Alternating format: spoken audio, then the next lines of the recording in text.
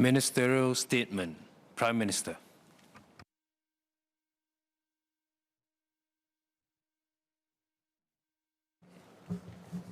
Mr. Speaker, sir, recently we witnessed a series of high-profile public cases involving political office holders.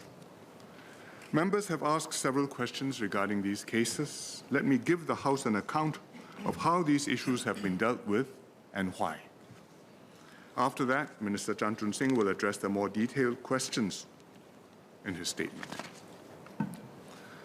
On the CPIB investigation involving Minister Iswaran, briefly, the facts of the case are these. While investigating a separate matter, CPIB came across some information concerning Minister Iswaran that merited investigation. CPIB alerted me on the 29th of May and pursued this lead further on their own volition. On the 5th of July, Director CPIB briefed me on the findings he had at that point. He told me that CPIB would need to interview Minister Iswaran to take the investigation further, and he sought my concurrence to open a formal investigation.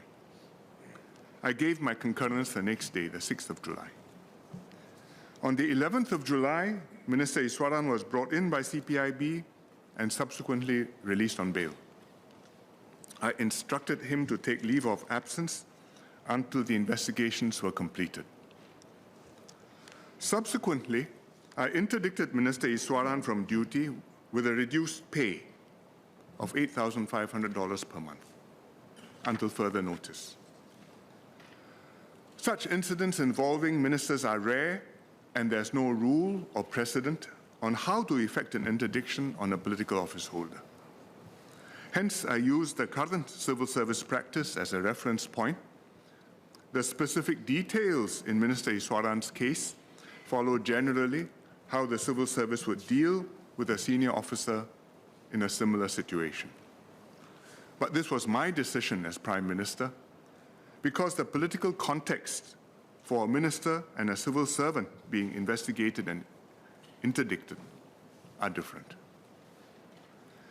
I should point out that CPIB investigations are still ongoing.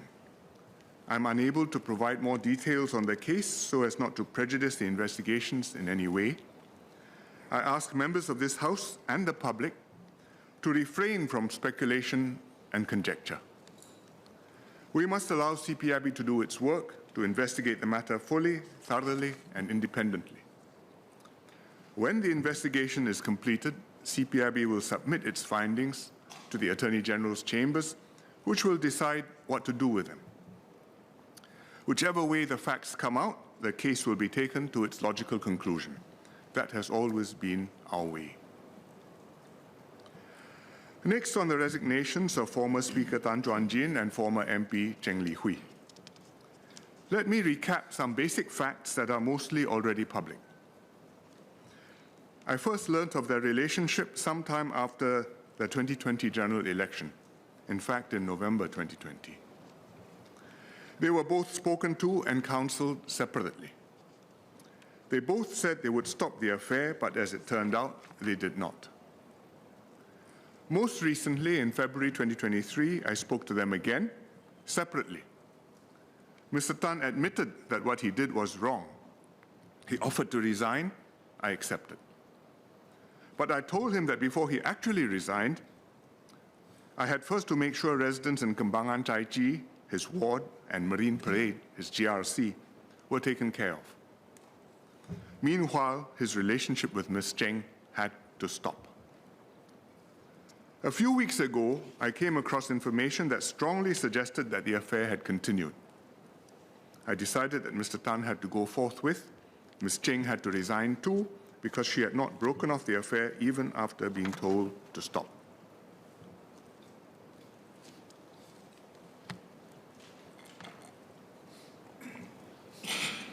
I've been asked, why did I take so long, more than 2 years, to act? It's a fair question. In retrospect, and certainly now knowing how things eventually turned out, I agree. I should have forced the issue sooner. But let me explain my general approach as well as my thinking at that point in time. These sorts of relationships happen from time to time. They have happened in the past and no doubt will happen again in the future. In such cases, what we do depends on many factors: the circumstances, how inappropriate or scandalous the behavior was, the family situations. We also have to be conscious of the impact on innocent parties, particularly their spouses and children. I had explained this at my press conference on the 20th of July. So did DPM Lawrence Wong last week in a BBC interview. This is not a new position. It reflects the PAP's long-standing practice since the days of Mr. Lee Kuan Yew. There is no single template that applies to all extramarital affairs, but there can be at least 3 situations. The first situation is where the individuals involved will be talked to, and if they stop, the matter ends there. No further action need be taken. The second situation, where immediate action has to be taken.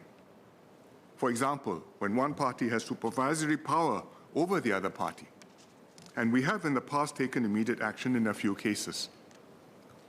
Third situation, where the relationship raises some questions of propriety beyond it being an extramarital affair per se. The parties will be talked to, but the matter cannot end there. Even if the affair stops, some action has to follow.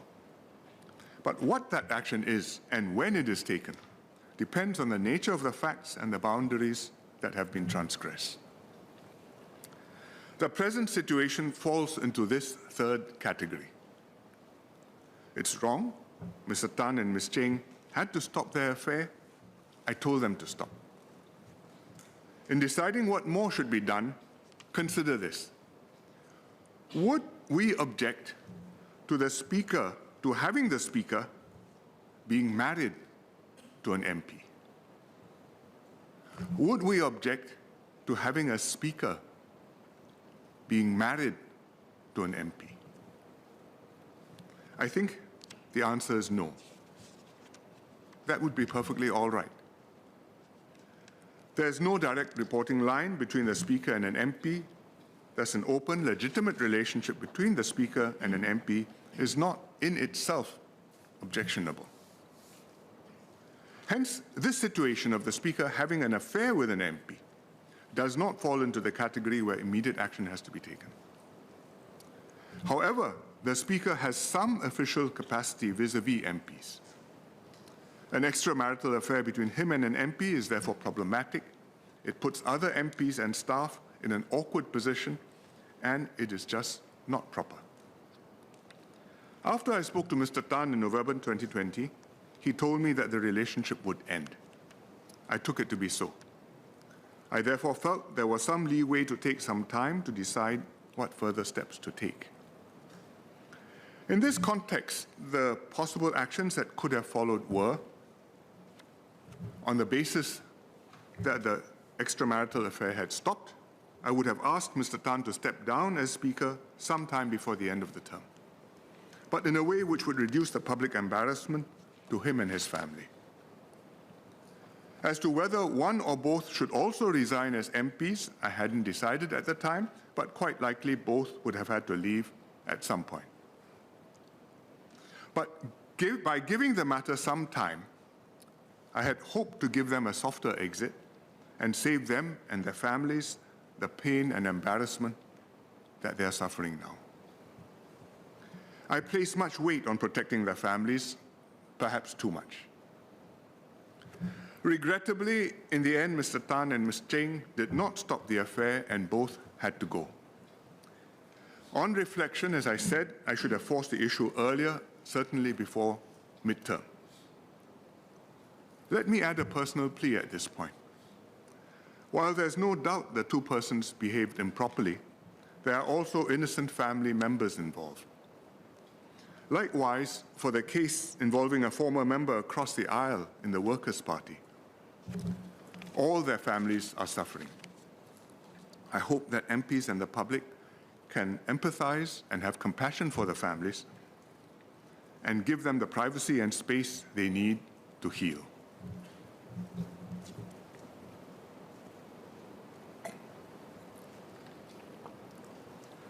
Mr. Speaker, sir, there has been a great deal of public interest over the recent series of incidents, CPIB arresting and investigating a minister, MPs resigning, and before that, the allegations about the ride-out rentals. The way we have handled these incidents shows how seriously the PAP takes our responsibility of governing Singapore and being accountable to Parliament and to Singaporeans. Let me assure members, when such issues come up, we will deal with them properly and transparently, as we have done. With the ride-out rentals, when allegations of preferential treatment surfaced, the two ministers involved were thoroughly investigated, including by CPIB, and eventually fully exonerated. The investigation reports were tabled in Parliament, and we had a long session answering MPs' questions in this House. When CPIB discovered on its own that it had reason to arrest and interview a minister, it opened a formal investigation. Nobody tipped them off. There had been no public scandal.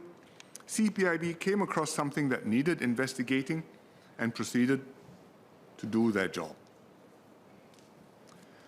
When the Speaker of Parliament and a government MP fell short of the standards of propriety and personal conduct expected of them, they were asked to resign. We took some time to sort it out, probably longer than we should have, but we did what we needed to do and put the situation right. The two CPIB investigations and the response to the personal misconduct case show two aspects of how this PAP government works. One, when there is suspicion or allegation of wrongdoing in the discharge of official duties, especially possible corruption, there's zero tolerance. Two, when people slip in their personal lives, the PAP will look at the facts of each case carefully and deal with the matter as humanely and sensitively as possible according to the principles that the party has established. Systems are composed of human beings. In any system, however comprehensive the safeguards, sometimes something will still go wrong. The PAP government does our utmost to minimize that possibility. We work hard to identify the right people to bring into politics and appoint into responsible positions. We vet them carefully, test and stretch them before entrusting them with heavier responsibilities. Often they measure up, but sometimes they fall short. Occasionally they transgress norms of conduct or commit wrongdoing. Singapore has seen corruption cases involving political office holders in the past. Mr. Tan Kia Gan, in 1966, he was then Minister of National Development. Mr. Wee Tun Boon, in 1975, he was then a Minister of State, I think in the Ministry of Defense. Mr. Teh Cheang Wan, in 1986, he was Minister for National Development. And earlier, in 1979, Mr. Phey Yew Kok, then President of NTUC and also an MP. All these cases were handled by Mr. Lee Kuan Yew, who was then Prime Minister, thoroughly, transparently, and applying the full force of the law. That's still how the PAP government deals with such cases. It's not changed under my charge, and it won't change under my successor either. Now, Mr. Speaker, sir, with your permission, may I say a few words in Mandarin?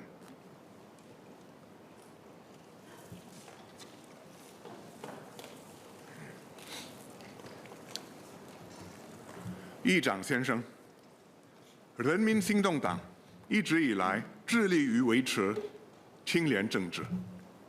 一个廉洁的政府、良好的治理体系，对我们的民主制度至关重要。因此，我们制定严厉的法律制度，以遏制违规行为。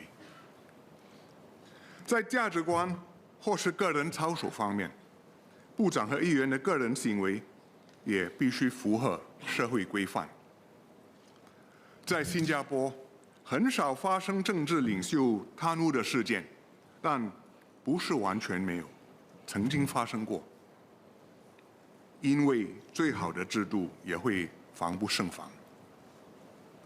最近发生的几件事就体现了这一点，但也反映了我们决心维护廉政的原则，坚决反贪的立场。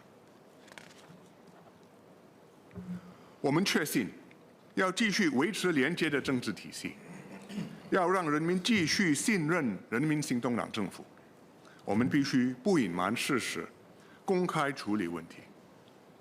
因此，如果任何人，包括部长或议员，涉嫌贪污或违法的行为时，我们绝不姑息，一定会查得水落石出。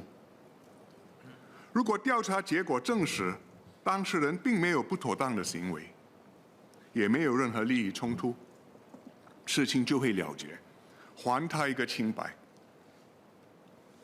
如果调查发现当事人犯错，我们会按照法律采取严厉的行动。至于个人的行为操守，人民行动党对部长和议员的要求是，大家必须能够分辨是非，严以律己。但是有关个人行为不检的事件情况都不一样，所以我们会因事制宜。例如，前议长跟前议员发生了婚外情，这是不应该发生的。当时我希望他们能够妥善地结束关系，因为事件一旦暴露，就会严重地伤害到家人。在整个过程中，我的重要考量是这个事件对他们的家人的影响。如果他们当时就结束关系，他们不用在这么不堪的情况下离开政坛，导致家人受到伤害。可是很遗憾，他们最终还是没有好好的处理。现在回顾这件事的发展，如果可以重新处理这个事件，我会更早做个了断。在任何婚外情事件，家人必然会被牵累，很可能受到重大打击。我希望无论是涉及行动党或工人党议员的事件，大家能够尊重当事人和他们家人的隐私，给予他们时间和空间来面对。我们不能排除这种事情有一天再次发生的可能性。当类似事件发生时，我们依然会按照人民行动党一贯的原则来处理。我和我的团队都清楚地知道，维持清廉政治风气对我们的民主制度至关重要。我们会一如既往保持自律，坚持廉政的原则。这是人民行动党政府的承诺。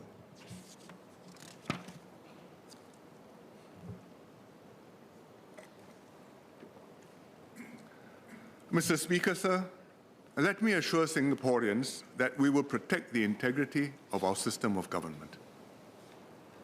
For the good of our country, we will carry through what needs to be done in accordance with the law, even if it may be politically embarrassing and painful to the party. I will not flinch or hesitate to do my duty to keep our system robust and clean. This is how the PAP government can continue to deserve the trust that Singaporeans have placed upon us. I have spoken often about how precious trust is and how crucial it is for our democracy to work well. The founding generation built up Singapore and entrusted it to our generation in good shape. It is incumbent on us to protect and uphold the system, to keep it incorruptible and clean, and maintain high standards of propriety. With the investigation into Minister Iswaran and the resignations of the Speaker and an MP, the PAP has taken a hit.